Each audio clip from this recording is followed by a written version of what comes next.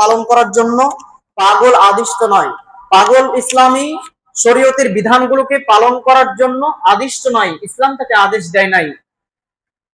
এই বিষয়ে রাসূলুল্লাহ সাল্লাল্লাহু আলাইহি সাল্লাম বলেছেন, রুফিয়াল কলাম আন সালাসা আনিন নাইমি হাত্তা ইস্তাইকিযা।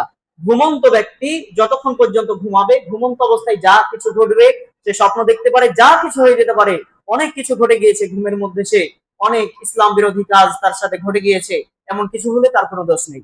এরপরে ওয়ানি সবিহি হাত্তা ইহতালিমা, এবং বালকরা, যারা ছোট ছোট বালক, যাদের এখনো স্বপ্নদোষ হয় নাই, যারা এখনো সাবালক হয় নাই, তাদের উপর ইসলামের বিধান জিহাদ ফরজ নয়, এমনকি অন্যান্য বিধানও পতিত হবে না।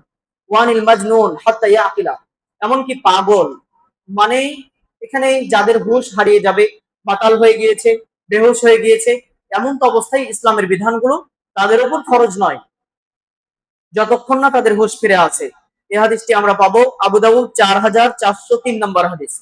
প্রিয় উপস্থিতি, তাহলে এই গেল দ্বিতীয় নম্বর কারণ, পাগলের উপর জিহাদ ফরজ নয়, পাগলের উপর ইসলামের শরীয়তের বিষয়গুলো ফরজ নয়। 3 নম্বর বিষয়, 3 নম্বর শর্ত, সাবালক হওয়া।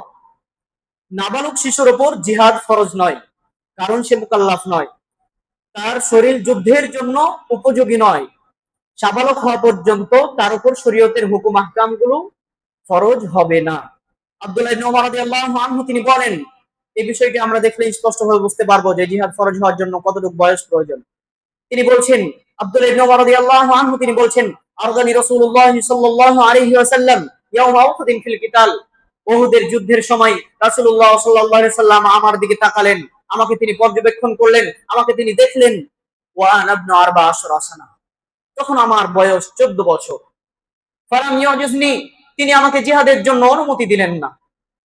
ওয়া আরদানি ইয়াউমাল খান্দাক, এমনকি তিনি খন্দকের যুদ্ধের দিন আমার দিকে তিনি পর্যবেক্ষণ করলেন, আমাকে তিনি দেখলেন। ওয়া আনা ইবনু 15 সানা, তখন আমার বয়স 15 বছর। ফাআজাজানি, তিনি আমাকে যুদ্ধের জন্য অনুমতি দিলেন। কি উপস্থিতি, তাহলে বোঝা গেল নাবালক ব্যক্তির উপর, নাবালক শিশুদের উপর জিহাদ ফরজ নয়, যারা সাবালক হবে তাদের উপর জিহাদ ফরজ। তো নাবালক হওয়ার কারণেই ওসামা বিন যায়েদ রাদিয়াল্লাহু আনহু, যায়েদ বিন সাবিত, যায়েদ বিন আরকাম রাদিয়াল্লাহু আনহু এবং বারা বিন আযিব রাদিয়াল্লাহু আনহু সাহাবীগণ তারা বদর যুদ্ধে অংশগ্রহণ করতে পারেননি।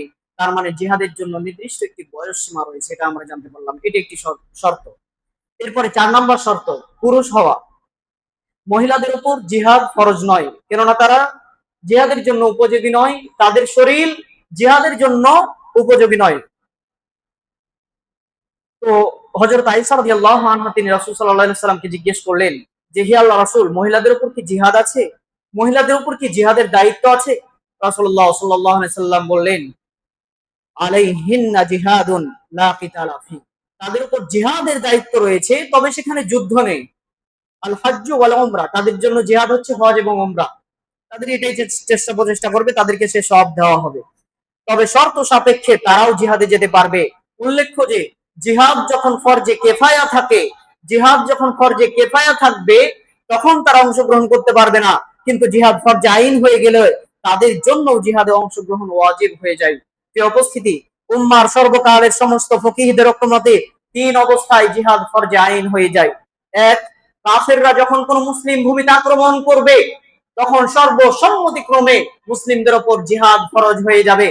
2 নম্বর, নাফিরান তথা খলিফা যখন জিহাদের জন্য ডাক দিবে কোন জাতিকে, বা জিহাদের জন্য যদি ডাক দেয় তাহলে সেই জাতির উপর জিহাদ ফরজ হয়ে যায়। 3, মুসলিম ও কাফের বাহিনী যখন মুখোমুখি দাঁড়িয়ে যাবে তখন তাদের